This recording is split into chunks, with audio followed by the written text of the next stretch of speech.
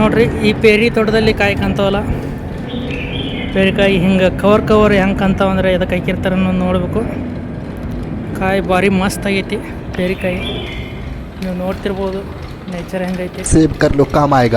ಅದೇ ರೀತಿಯಾಗಿ ಈ ಥರ ಕಾಯಿ ಆಗಿದೆ. ಈ ಥರ ಕವರ್ ಹಾಕಿ ಮೇಲ್ಗಡೆ ಇದನ್ನು ಹಾಕಿರ್ತಾರೆ ಪ್ಲಾಸ್ಟಿಕ್ಕು.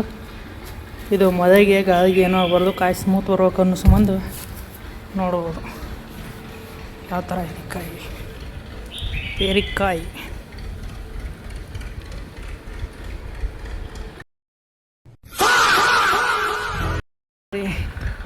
ನಮ್ಮ ಪೇರಿ ತೋಟ ಹೆಂಗೈತಿ ನೋಡ್ಬೇಕು ನೀವೆಲ್ಲ.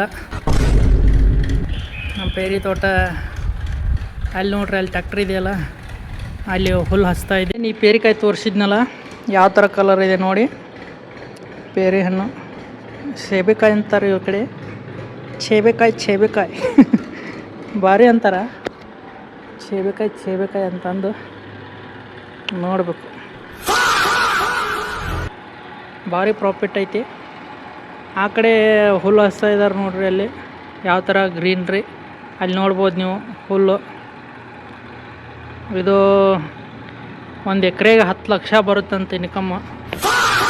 ಅದೇ ರೀತಿಯಾಗಿ ನಮ್ಮ ಒಂದೆರಡು ವಿಮಾನ ಅದಾವ ಇಲ್ಲಿ ಮ್ಯಾಗ ಹೊಂಟಿದಾವೆ ನೋಡ್ರಿ. ನಮ್ದು ಇದು ವಿಮಾನ ಯಾವ ರೀತಿ ಐತಿ ನೋಡಬೇಕು. ಇಂಡಿಗೋ